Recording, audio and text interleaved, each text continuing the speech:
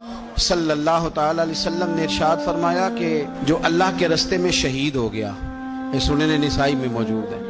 اسے عذاب قبر نہیں ہوگا، بلکہ ایک حدیث میں تو فرمایا حساب کتاب ہی نہیں ہوگا، اللہ بغیر سوال جواب کے جنت عطا فرما دے۔ کچھ لوگوں کو لوگوں کی بخشش پہ بھی مسئلہ ہی بنتا ہے کہ کوئی بخشا نہ جائے۔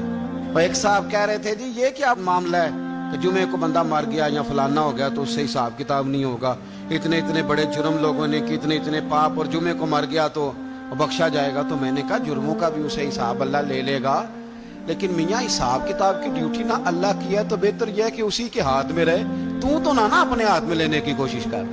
سنن ترمذی کی حدیث۔ ہمیں پتہ نہیں کیا مصیبت ہے، ہمیں پتہ نہیں کیا مسئلہ ہے۔ ایک جنازے سے میں نکلا، آپ یقین کریں کبھی کبھی کلیجہ پھٹ جاتا ہے۔ میں ایک جنازے سے نکلا تو میرے ساتھ ایک بندہ جنازہ پڑھ کے نکلا تو کہنے لگا جی پیر صاحب دیکھیں آج کتنی دنیا آئی ہے، حالانکہ یہ بندہ اس طرح کا تھا، اس طرح کا تھا، اس طرح کا تھا۔ میں نے اسے کہا یار تجھے تو فکر ہی لگ گئی ہے کہیں جنت میں چلا ہی نہ جائے، تو اس طرح کرنا جنت کے دروازے کے سامنے کھڑے ہو جانا ڈنڈا لے کے کہ میں نے نہیں جانے دینا۔ شرم آنی چاہیے ہمیں۔ اللہ فرماتے ہیں جنت اتنی چوڑی ہے جتنے زمین و آسمان ہے، اس کی چوڑائی زمین اور آسمان کے برابر ہے، تو ہم تو اپنے علاوہ کسی کو جانے نہیں دینا چاہتے جنت میں۔ اور بس کریں، جنت خدا کا فضل ہے، اور اللہ فرماتے ہیں میرا فضل میں جسے چاہتا ہوں عطا کرتا ہوں۔ یہ سنن ترمذی کی حدیث، اور اس کے راوی حضرت عبداللہ ابن عمر رضی اللہ تعالیٰ عنہ، نبی پاک علیہ السلام نے فرمایا جو مسلمان جمعے کے دن یا جمعے کی رات کو فوت ہو، اس کو اللہ تعالیٰ قبر کی آزمائش سے محفوظ رکھتا ہے۔ جو جمعے کی رات فوت ہو جائے یا جمعے والے، یعنی جمعے رات اور جمعے کی درمیانی رات چلا جائے یا جمعے والے، تو اللہ اسے عذاب قبر سے، تو میرے عزیز جو بندہ شہید ہو اس سے عذاب قبر نہیں ہوتا، جو آدمی جمعے کے دن یا جمعے کی رات چلا جائے اسے بھی عذاب قبر نہیں ہوتا۔ اور میرے رسول کریم صلی اللہ تعالی علیہ وسلم نے فرمایا جو بندہ ایک دن اور ایک رات،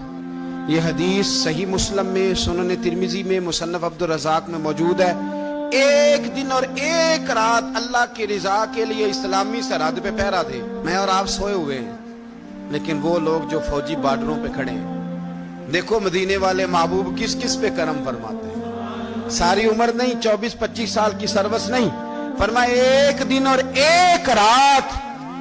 اللہ کی رضا کے لیے جو اسلامی سرحد پر پہرا دے، مسلمانوں کو کافروں سے بچائے، رب اسے عذاب قبر نہیں دے گا، اسے اللہ تعالیٰ اپنے فضل سے معاف فرما دے گا۔ ایک رات اور ایک، آپ کیا سمجھتے ہیں کہ ان فوجیوں کی کوئی چھوٹی شان ہے،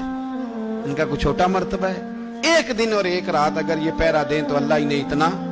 انعام عطا کرتا ہے۔ اسی طرح سن لو، یہ ذرا غور سے سننا، ابن ماجہ کی حدیث، اور اس کے علاوہ مسند ابو یعلا میں موجود حدیث کے راوی حضرت ابو ہریرہ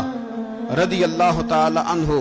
حضور صلی اللہ تعالی علیہ وسلم نے فرمایا جو شخص بیماری سے فوت ہوا، قربان جاؤں میرے محبوب نے بیماری کا نام ہی نہیں لیا، فرمایا کوئی بھی بیماری ہو، فرمایا جو آدمی بیماری سے فوت ہوا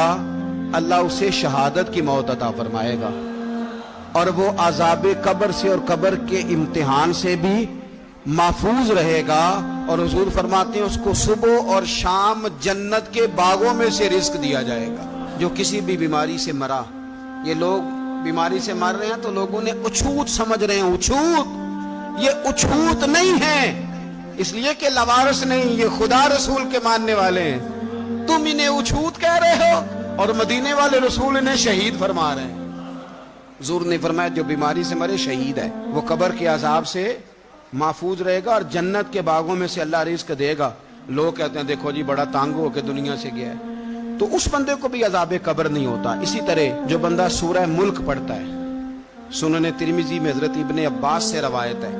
کہ حضور صلی اللہ علیہ وسلم کے ایک صحابی نے ایک جگہ خیمہ لگایا تو وہاں سورہ ملک پڑھنے کی آواز آتی تھی، کوئی بندہ پڑھنے والا نظر نہیں آتا تھا۔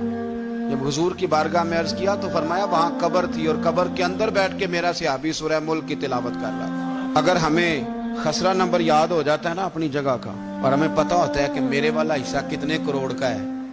اگر ساری کہانیاں ہمیں یاد ہوتی ہیں تو سورہ ملک بھی ہمیں یاد ہو سکتی ہے۔